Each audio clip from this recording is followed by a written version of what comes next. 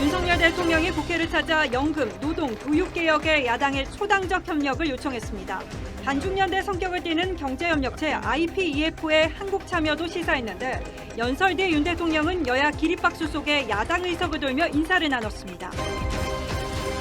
TV조선 여론조사에서 국민의힘 김영환 충북지사 후보가 민주당 노영민 후보를 15%포인트 앞섰습니다.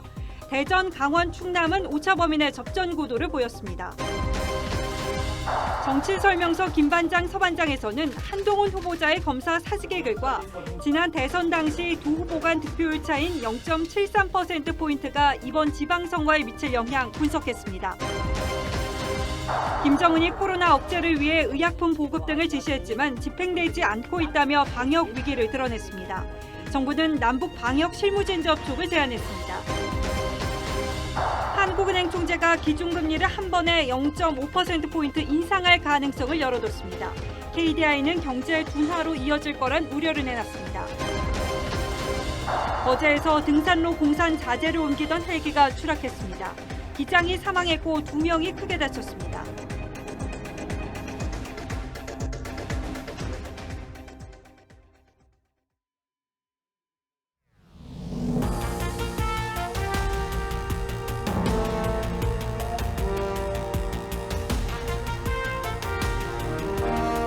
시청자 여러분 안녕하십니까? 뉴스9의 신동욱입니다. 윤석열 대통령이 오늘 국회 연단에 섰습니다. 역대 대통령 가운데 취임 이후 가장 빨리 국회에 와서 연설을 한 기록이라고 합니다. 일단은 그만큼 절박하다는 뜻으로 해석해야 할 것 같습니다. 야당과의 협치, 특히 국무총리 자리까지 비어있는 상황이고 경제 문제는 더 말할 것도 없죠. 북한 문제도 심상치가 않습니다. 국회, 특히 야당의 협조 없으면 아무것도 할 수 없는 현실적 절박감이 대통령을 국회로 향하게 한 듯합니다. 연설의 시작은 윤석열 정부가 직면한 어려움에 대한 호소였고 마지막은 초당적 협력 부탁이었습니다. 2차 대전 중 영국의 전시 연립 내각을 언급한 것도 상징적인 대목이었습니다. 오늘은 먼저 윤석열 대통령 첫 국회 연설 주요 부분부터 요약해드리겠습니다. 이채림 기자입니다. 윤석열 대통령은 새 정부가 처한 대내외 여건을 위기로 규정하고 2차 대전 당시 영국을 예로 들며 초당적 협력을 요청했습니다. 공동의 위기를 극복하기 위해 기꺼이 손을 잡았던 처칠과 애틀리의 파트너십이 그 어느 때보다 필요합니다. 폐색이 짙던 1940년 보수당 출신 처칠 총리는 노동당의 애틀리 당수를 부총리에 임명하는 전시 연립 내각을 출범시켜 국민 통합을 이뤘고 끝내 전세를 뒤집었습니다. 이어 진정한 민주주의는 의회주의라며 주요 국정을 야당과 논의하겠다고 했습니다. 법률안 예산안뿐 아니라 국정의 주요 사안에 관해 의회 지도자와 의원 여러분과 긴밀하게 논의하겠습니다. 시정연설의 핵심인 추경안 통과 협조 요청이 이어졌습니다. 적기에 온전한 지원이 이루어지지 않으면 소상공인이 재기불능에 빠지고 결국 더 많은 복지 재정 부담으로 370만 소상공인에 최대 1,000만 원의 손실보상금을 지급하고 코로나 치료제 100만 명분 확보 등에 2조 6천억 원, 물가 등 민생 안정에 3조 1천억 원 등 추경안 세부 내용을 설명했습니다.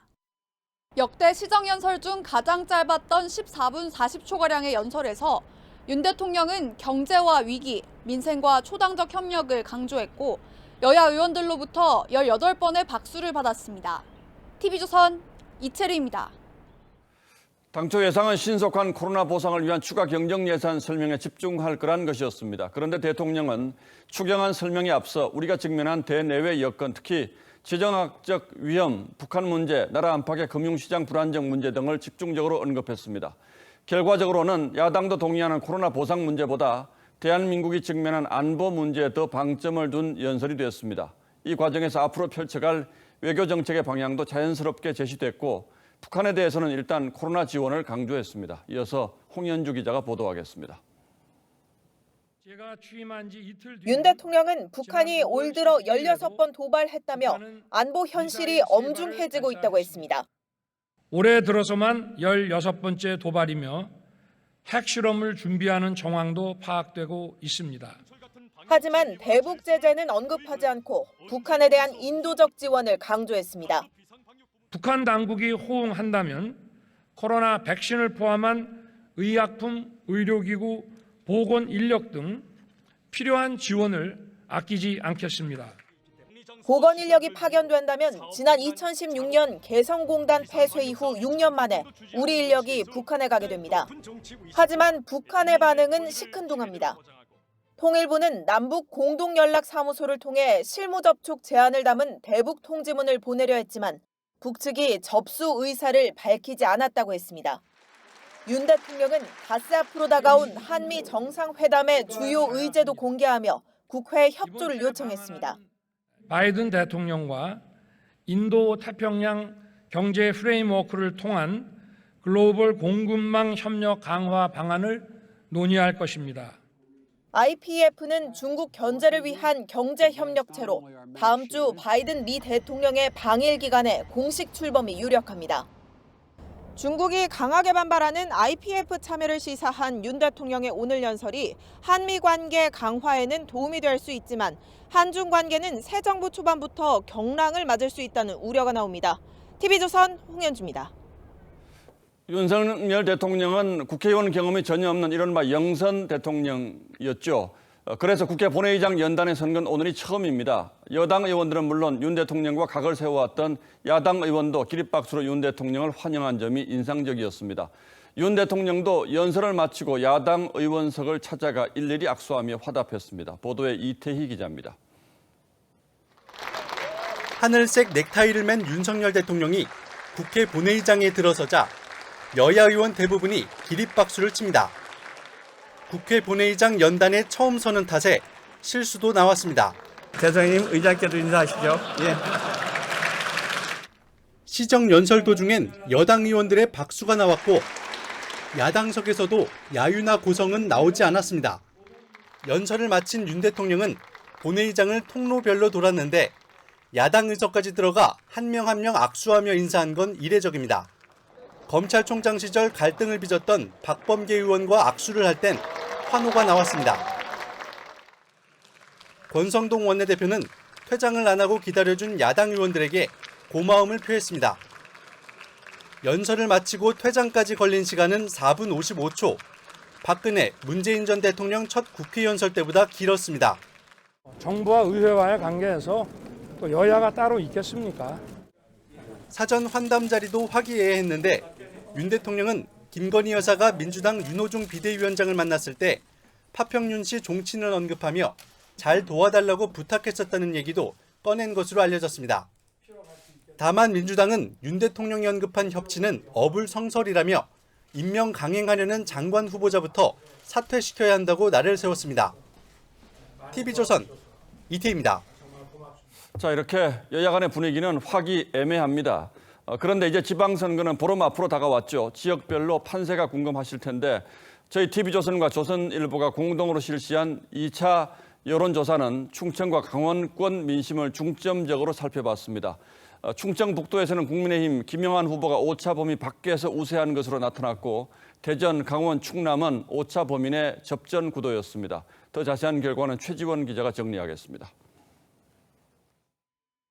문재인 전 대통령의 비서실장과 윤석열 대통령의 후보 시절 특보 출신이 맞붙은 충북에선 민주당 노영민 후보가 34.1%, 국민의힘 김영환 후보는 49.5%로 15%포인트 넘게 앞섰습니다. 오차 범위 내인 충주를 제외한 모든 지역에서 김 후보가 앞섰는데 서울의 똘똘한 한 채 논란을 일으켰던 노 후보는 자신의 지역구였던 청주에서도 13.9%포인트 뒤졌습니다.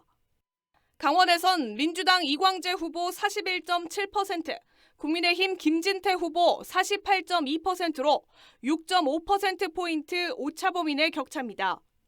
원주권에선 원주 출신인 이 후보가 47%, 김 후보가 42.9%였고 인구의 합이 더 많은 강릉과 춘천권에선 김 후보가 51.6%, 50.7%였습니다. 충남에선 민주당 양승조 후보 41.7%, 국민의힘 김태흠 후보 44.1%로 2.4%포인트 차인데 양 후보는 고향인 천안에서 12.6%포인트 차로 앞섰고 보령 출신인 김 후보는 서해안권과 내륙권에서 앞섰습니다. 대전은 민주당 허태정 후보 41.2%, 국민의힘 이장우 후보 45.8%로 4.6%포인트 차 오차범위 내였습니다. 이번 조사는 TV조선과 조선일보 의뢰로 K스탠 리서치가 지역별로 지난 14일과 15일 이틀 동안 전화 면접 조사를 실시했고 표본 오차는 95% 신뢰 수준의 플러스 마이너스 3.5%포인트입니다. TV조선 최재원입니다. 예, 이처럼 국민의힘 후보들이 앞서거나 접전을 벌이는 건 이번 지방선거가 대선의 연장전 성격을 갖고 있기 때문으로 보입니다. 실제로 강원 충청권에선 윤석열 정부가 국정 운영을 잘할 것이라는 기대감이 모두 60%를 넘었고 한덕수 총리 후보자에 대해서도 인준에 협조해야 한다는 여론이 우세했습니다. 이어서 김하림 기자가 보도합니다. 강원 충청권 민심은 새 정부에 대한 견제가 아닌 국정 안정에 무게를 실었습니다. 새 정부의 안정적 국정 운영을 위해 여당에 힘을 실어야 한다는 대답은 대전 54.2%, 충남 55.9%, 충북 56.1%, 강원 59.5%로 모두 과반이었고 견제론에 비해서 14에서 26%포인트 높았습니다. 윤석열 대통령의 직무수행 예상에 대해선 긍정 전망이 64에서 67%로 부정 전망을 많게는 2배 이상 앞섰습니다. 새 정부 인사에 대해서도 긍정평가가 부정평가를 10.3에서 16.1%포인트 웃돌았습니다.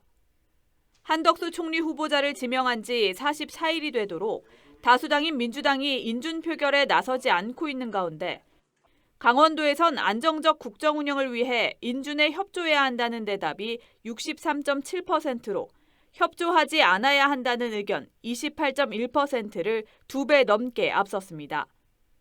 충북과 충남, 대전 등도 협조 여론이 훨씬 더 높았습니다. 지방선거 투표율이 대선보다 낮아지는 걸 감안하면 어느 후보 지지층이 실제 투표장에 많이 가는지가 승패를 가를 수 있습니다. 지난 대선 때 남성은 윤석열, 여성은 이재명으로 지지세가 갈렸던 20대의 경우 반드시 투표할 것이란 적극 투표층이 전 연령대에서 가장 낮은 40%대에 그쳤습니다. TV조선 김하림입니다. 예, 여야 선거전 열기도 온도가 높아지고 있습니다. 민주당은 보궐선거에 출마한 이재명 후보를 중심으로 인천에서부터 지지층을 결집해 나간다는 전략이고 이제 여당이 된 국민의힘은 윤석열 정부와의 원팀을 강조하며 정책 행보로 승부를 보겠다는 전략입니다. 황병준 기자가 취재했습니다. 이재명 후보는 박남춘 인천시장 후보 등과 인천통합선대위를 출범하고 개항해 온 지 열흘째인데 자신감을 회복하고 있다며 돌풍이 태풍으로 변하고 있다고 했습니다. 인천이 이겨야 수도권을 이기고 수도권을 이겨야 충청도, 강원도 이길 수 있습니다. 이 후보가 어린이를 미는 모습이나 시민들이 휴식 중인 벤치에 올라서는 모습 등이 온라인상에서 논란이 되고 있는데 항의하는 사람은 4명밖에 없었다며 음해라고 주장했습니다. 좋은 건 다 빼고 나쁜 것만 주로 이제 자직기에서 음해를 하니까. 이 후보는 민간 자본으로 만든 세빛섬을 세금 둥둥섬이라고 비난했는데 국민의힘 오세훈 서울시장 후보는 이 후보를 향해 조작의 화신이라고 날을 세웠습니다. 이재명 후보는 조작 덩어리입니다. 존재 자체가 조작이고요. 조작의 화신입니다. 오 후보는 김은혜 경기지사 후보와 수도권 주거와 교통 문제를 해결하기 위해 손을 잡았고 저희가 여당 후보로서 대통령실과 국토부 그리고 관계부처와 함께 오히려 속도감 있고 힘 있는 GTX 노선을 두 사람은 같은 날 청년 취업 사관학교 설치, 청년주택 27만 호 공급 등 청년 공약을 나란히 발표하기도 했습니다. 민주당 송영길 서울시장 후보는 재건축 용적률 완화와 층고 규제 완화를 언급했고 김동연 경기지사 후보는 접경지대 규제 완화 등 균형 발전 공약을 내놨습니다. TV조선 황병준입니다.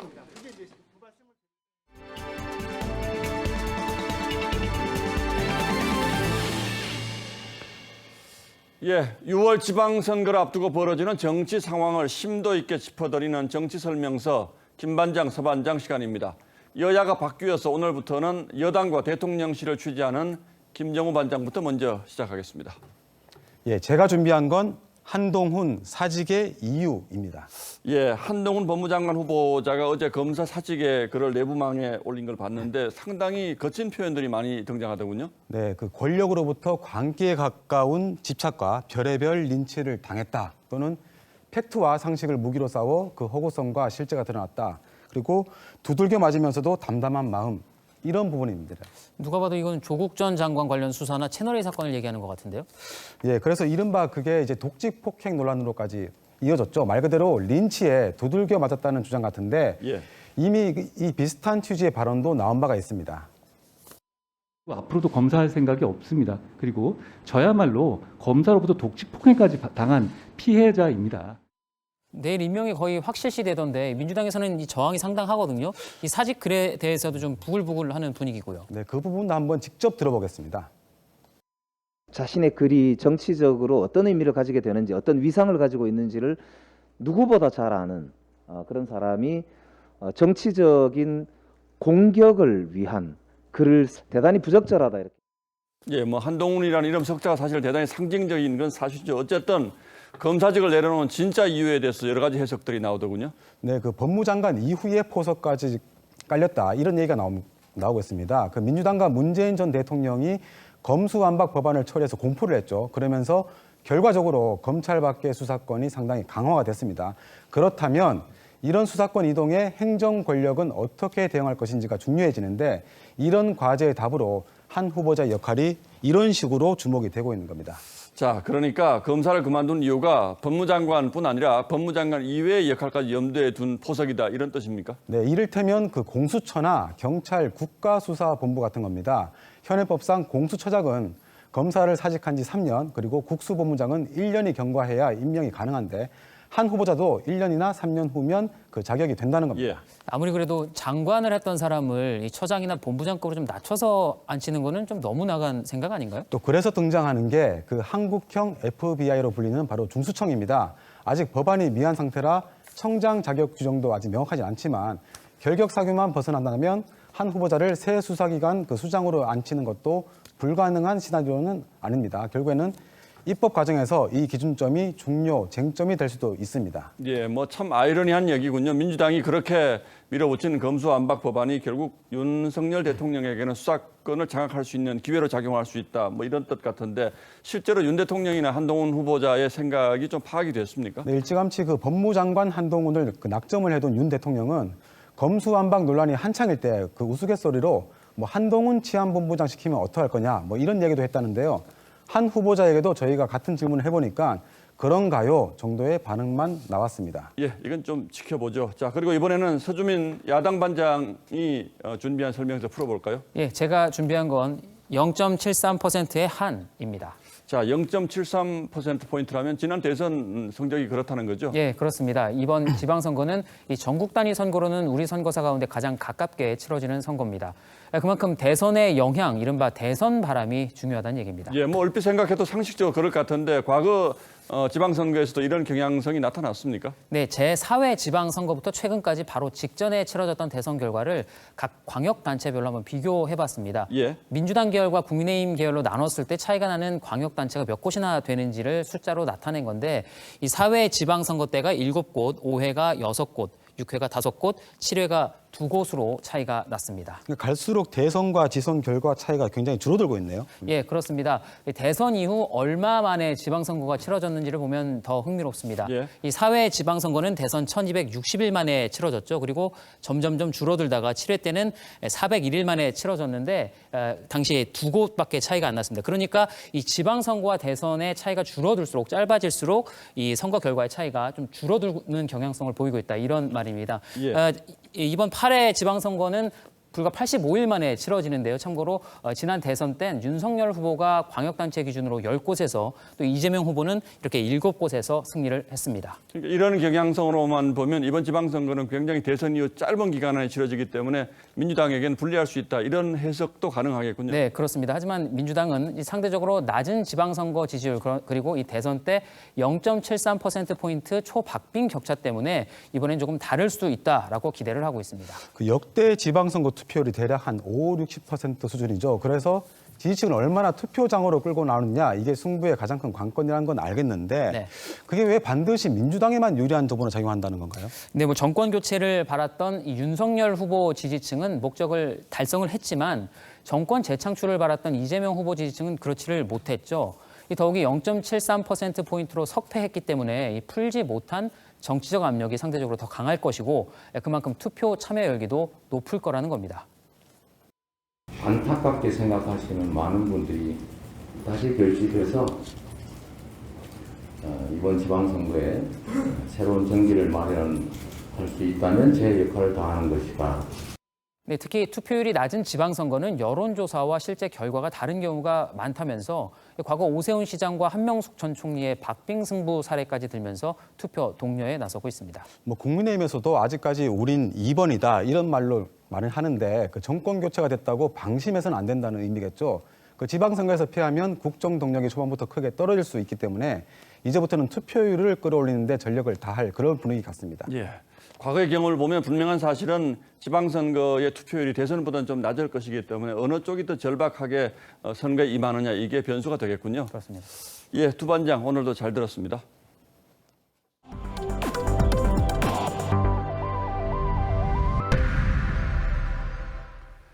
북한의 코로나 사태가 갈수록 심각해지고 있습니다. 어제 하루만 코로나 신규 확진자를 뜻하는 발열자가 39만 명을 기록하면서 누적 환자 수는 120만 명을 넘어섰습니다. 김정은 위원장은 당 회의에서 의약품 공급 지시가 제대로 집행되지 않고 있다며 간부들을 질책하고 군을 투입해 약품 공급을 하라고 명령했습니다. 보도에 구민성 기자입니다. 북한의 코로나 확진자가 기하급수적으로 늘고 있습니다. 북한 당국은 어제 하루만 39만여 명의 신규 발열자가 발생했다며 누적 발열자 120만 명, 사망자가 50명이라고 밝혔습니다. 김정은 위원장은 코로나 발생 사실을 인정한 뒤 세 번째로 소집한 당 협의회에서 의약품이 주민에게 제때 전달되지 못하고 있다고 질타했습니다. 아무런 역할도 하지 못하는 중앙검찰서 소장의 직무태공, 직무태만 행위를 신랄히 질책하셨습니다. 정치국이 국가의약품을 풀어 민간에 보급하란 비상지시를 내린 지 닷새가 지났지만 지시가 통하지 않는다는 걸 자인한 겁니다. 방역 시스템 마비가 중앙행정체계에까지 영향을 미치는 것으로 유일 독재 체제인 북한에선 이례적인 현상입니다. 북한에서 가장 높은 수준의 정치 협의체거든요. 김정은이 직접 주재하는 회의를 연속으로 열었다는 것은 굉장히 위기감을 느끼고 있다라고. 김 위원장은 안정적인 의약품 공급을 위해 군 투입도 명령했습니다. 하지만 북한 전역에 봉쇄령이 내려졌고 백신은커녕 기본 의약품마저 부족한 상태여서 당분간 확진자 폭증세가 지속될 거란 우려가 나옵니다. TV조선 구민성입니다. 자, 이렇게 코로나 상황이 심각해지자 북한은 당 기관지까지 동원해서 버드나뭇잎과 꿀을 먹으라는 민간요법을 자가치료법으로 소개하고 있습니다. 과연 이게 효과가 있을 것인지 사실은 좀 걱정스럽죠. 그래서 국내 의료 전문가들에게 이 북한 당국의 민간 처방이 어느 정도라도 효과가 있는 건지 권은영 기자가 물어봤습니다. 기침이 나면 꿀을 먹어라.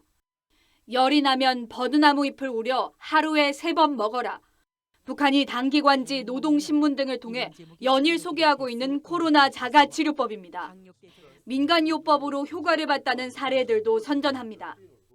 민간요법이 제일 좋습니다. 소금물 함수, 무슨 수경기 피우기, 식초 소독. 실제로 버드나무 껍질엔 해열 소염작용을 하는 아스피린 성분인 살리실산이 많고 꿀도 항바이러스 효과가 있는 것으로 알려졌습니다. 하지만 함유된 용량이 적어 북한이 안내한 방식만으론 효과를 보기 어렵다고 전문가들은 지적합니다.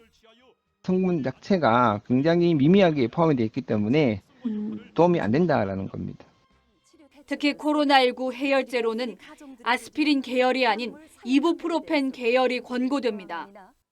또 의학적으로 코로나를 치료하는 약이 절대 아니죠. 아스피린을 해열제로는 권고드리지는 않잖아요. 민간요법까지 동원한 건 북한 방역 시스템이 이미 한계를 넘어섰음을 보여준다는 분석입니다. 전문가들은 지금 같은 상황이 계속될 경우 사망자가 최소 3만 4천여 명에 달할 수 있다고 예상했습니다.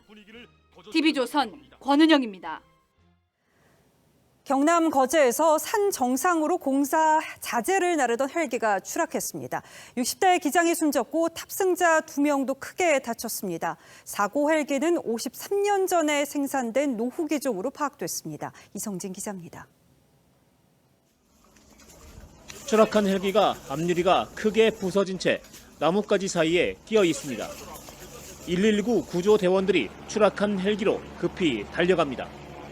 오늘 오전 9시쯤 해발 507m 거제 선자산 정상 근처에서 헬기가 추락했습니다. 내리고 와야 되는데 다시 이게 3m 이렇게 쭉 내려가가지고 이 소리가 들으면 추락.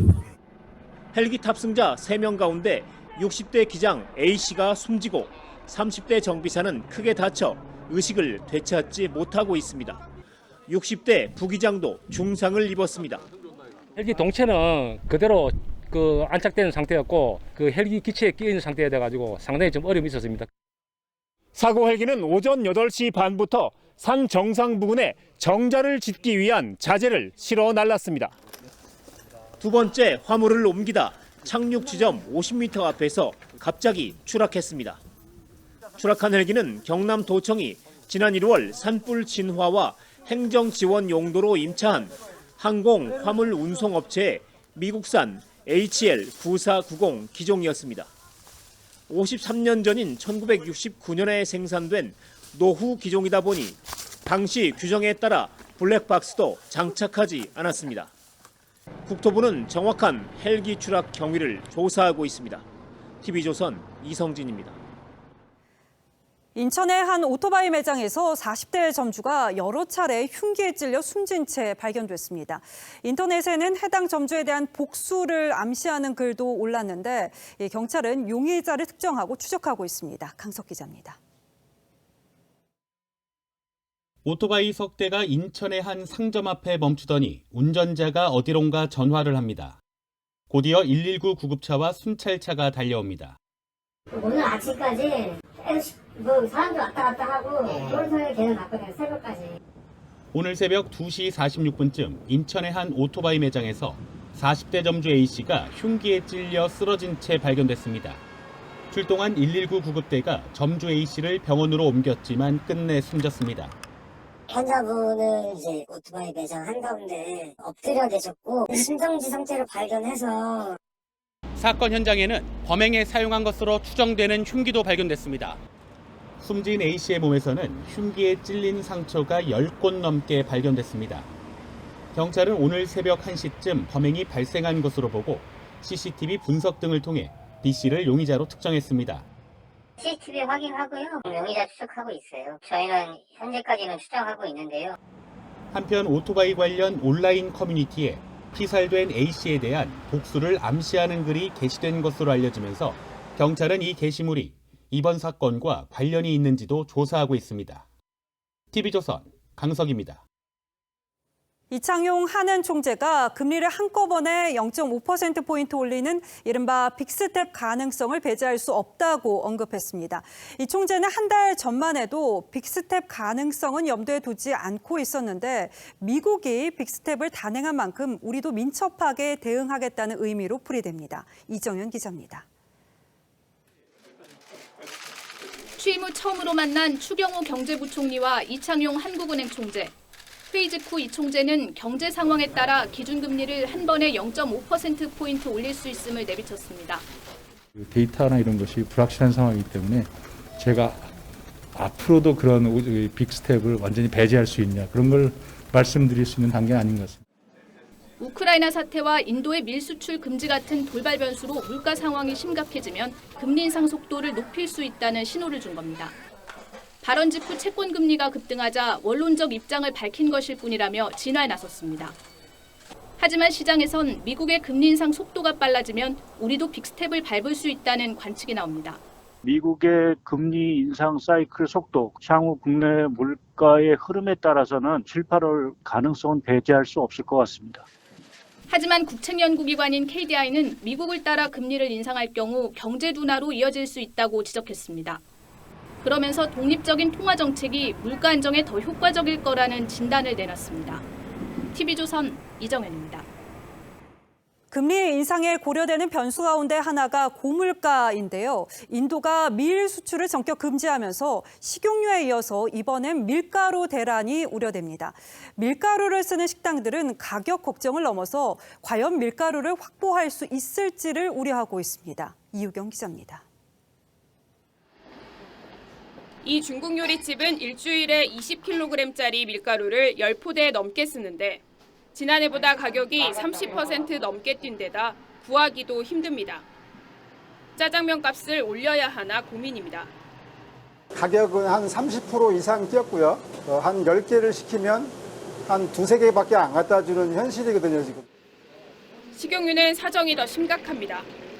6-7개를 주문을 하면 한두 통을 정말 주실 정도로, 그러다 보니까 저희가 아침 저녁으로 가까운 근처 식자재 마트에 가서 지금 저희도 사다가.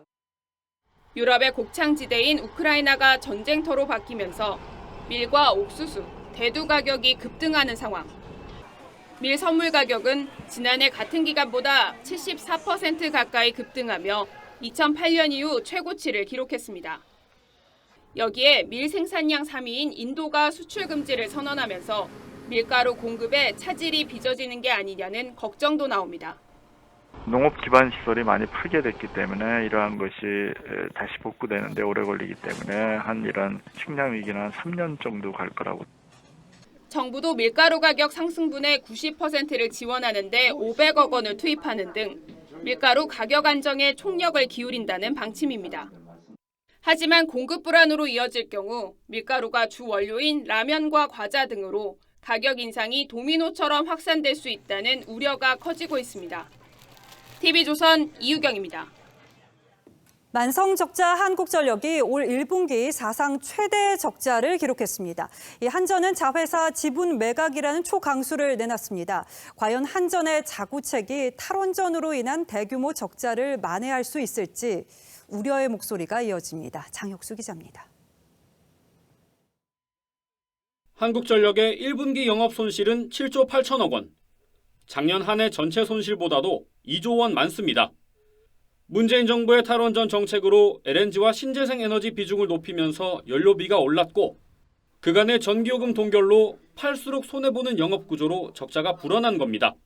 아주 크게 늘어날 걸로 알고 있습니다. 주원전의 비중을 좀 올리면 한전의 전기요금 관련 부담이 어느 정도는 올해 영업 손실이 20조 원에 달할 것이란 전망까지 나오자 급기야 한전이 비상경영체제로 돌입했습니다. 발전 자회사 지분과 해외 석탄 발전소 등을 매각해 적자를 메우겠다는 겁니다. 하지만 적자를 해소하기엔 역부족입니다. 올해처럼 한 해 20조 원 넘게 적자를 내면 벌어둔 이익잉여금 47조 원도 2년이면 바닥을 보이게 됩니다. 50조 원대에 달하는 차입금도 문제입니다. 시장에선 회사채 추가 발행이 쉽지 않아 자금 마련도 녹록지 않을 것으로 봅니다. 지금 적자 나는 거는 구조적인 문제잖아요. 지금의 적자는 메꿀 수 있겠지만은 그럼 내년은 어떡하냐는 거죠. 문재인 정부의 탈원전 정책이 불러온 한전의 적자 쇼크가 결국 국민 혈세 투입으로 이어질지 우려가 커지고 있습니다. TV조선 장혁수입니다. 올여름 2년 만에 해외여행을 계획하는 분이 많으시죠? 비행기표 구매 전에 한 번 더 꼼꼼히 확인해 보셔야겠습니다. 일부 항공사와 여행사가 운항 인가를 받기도 전에 항공권부터 팔고 인가를 못 받으면서 일정을 취소하고 있는 건데요. 피해는 고스란히 소비자의 몫입니다. 소비자탐사대 송지욱 기자입니다. 이달 말 필리핀 보홀에 스킨스쿠버 여행을 계획했던 안모 씨.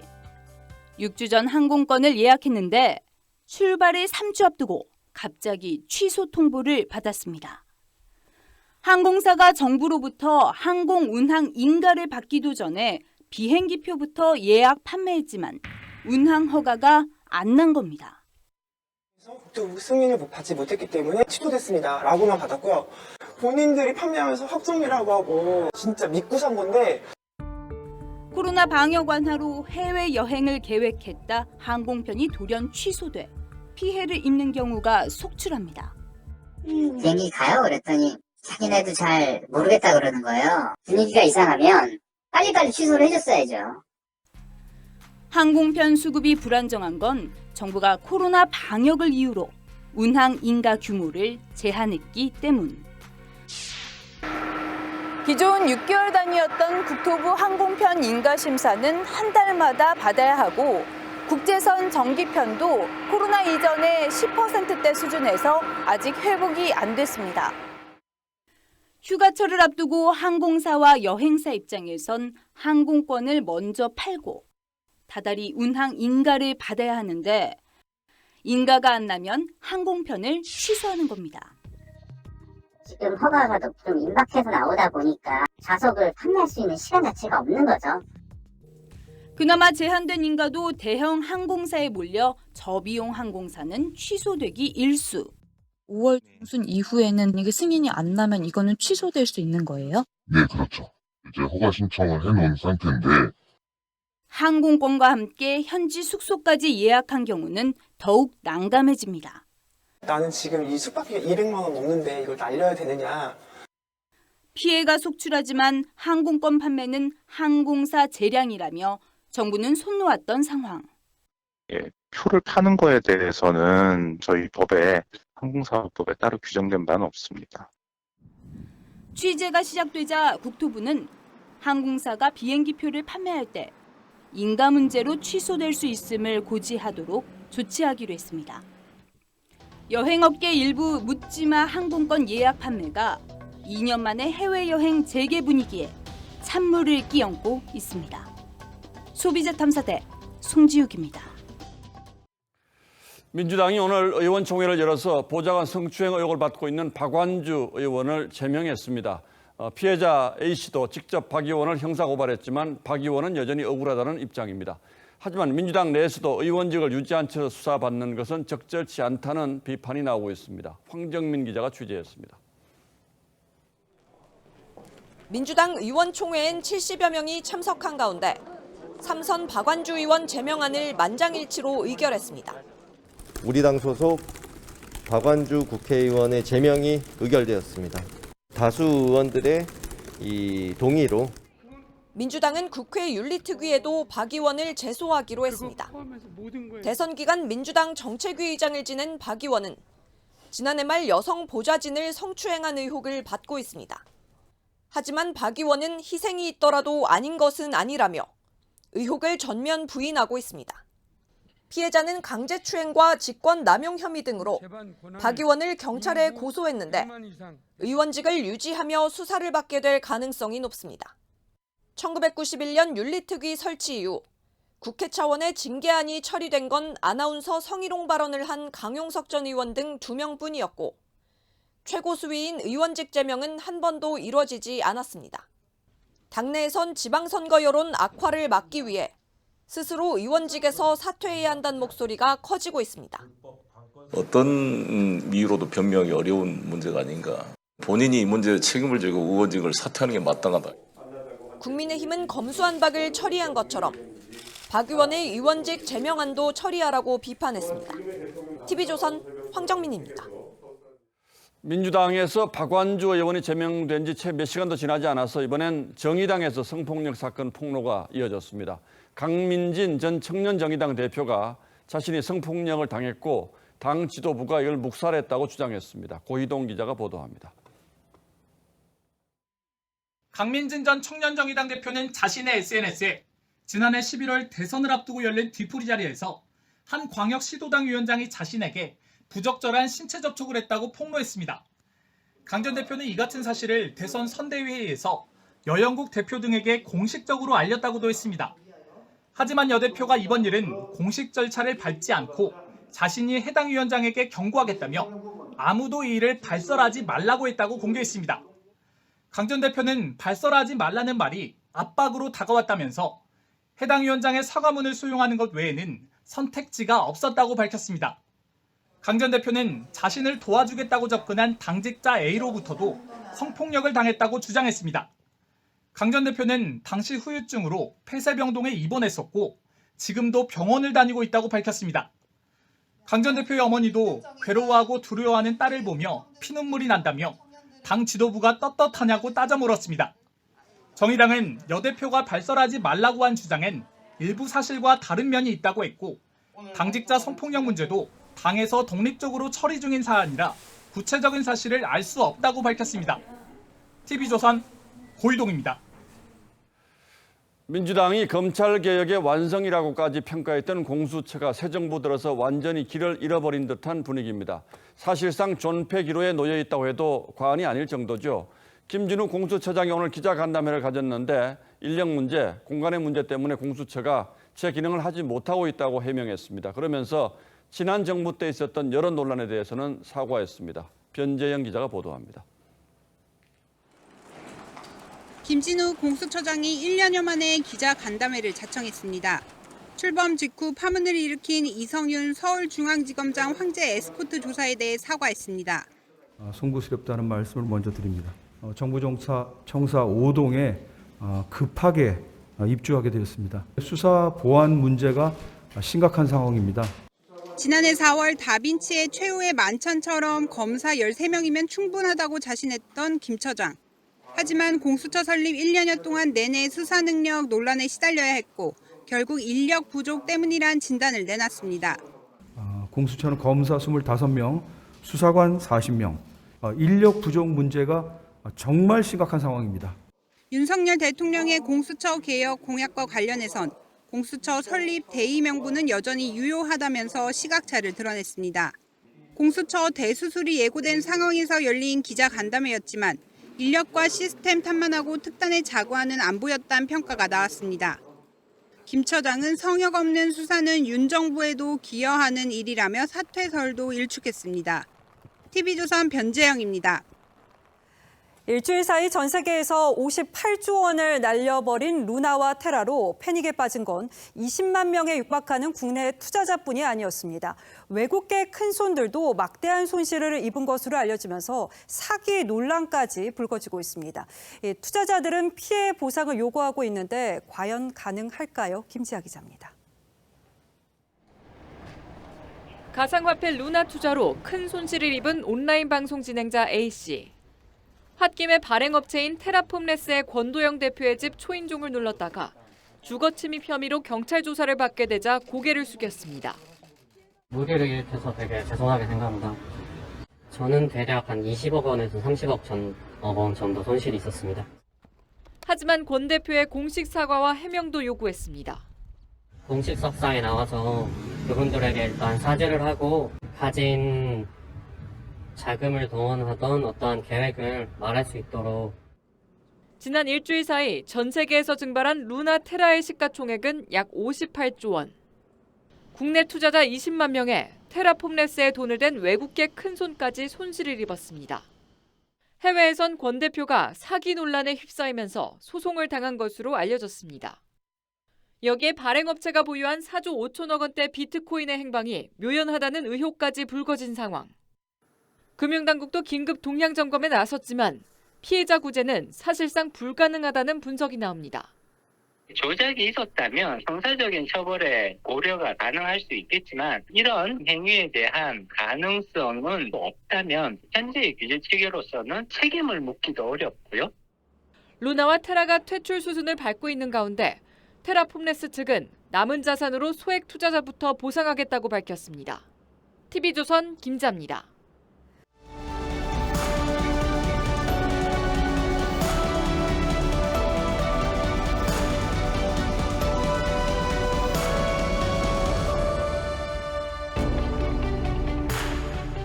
병원이 자주 등장하는 북한 영화입니다. 환자를 돌보는 의사와 간호사 뒤로 이 긴 족자에 이런 글이 쓰여져 있습니다.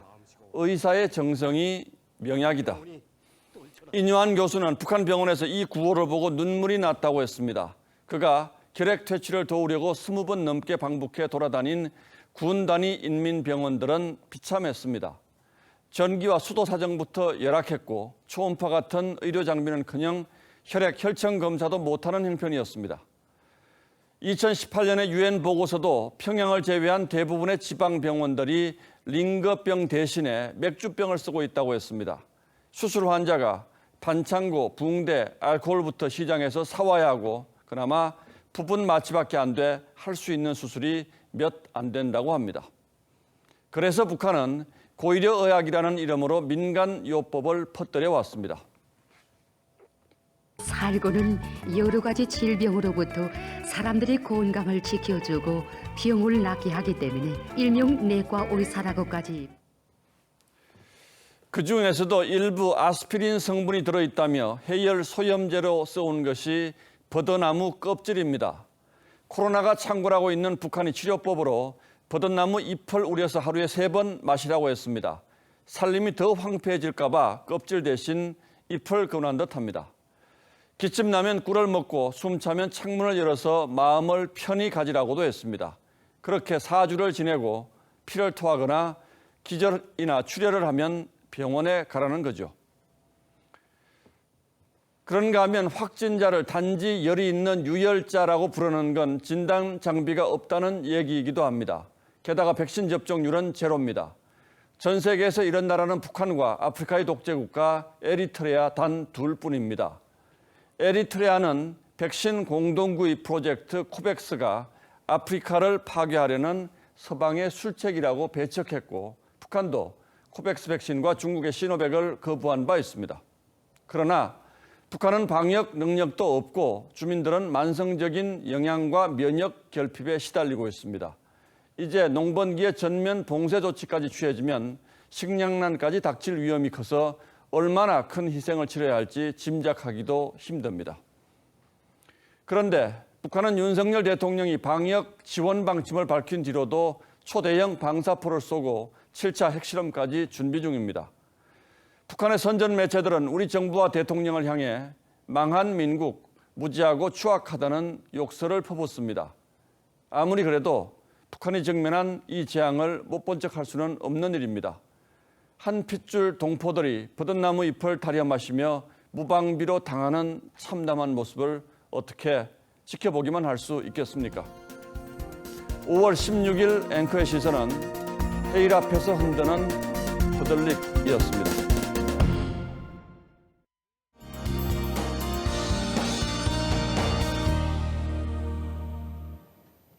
서울을 비롯한 전국 곳곳으로 건조주의보가 내려졌습니다. 이번 주는 비 소식 없이 맑은 날씨가 예상되면서 건조특보는 더 확대 강화될 것으로 보이고요.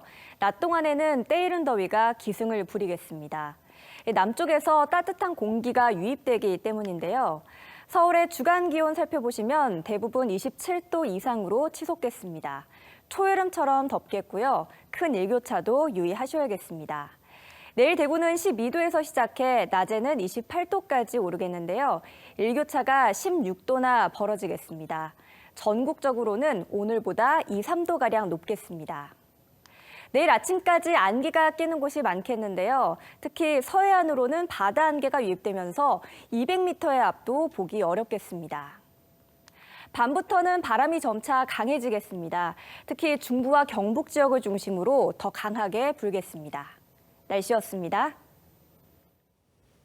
5월 16일 월요일 뉴스9은 여기서 모두 마치겠습니다. 시청해주신 여러분 고맙습니다.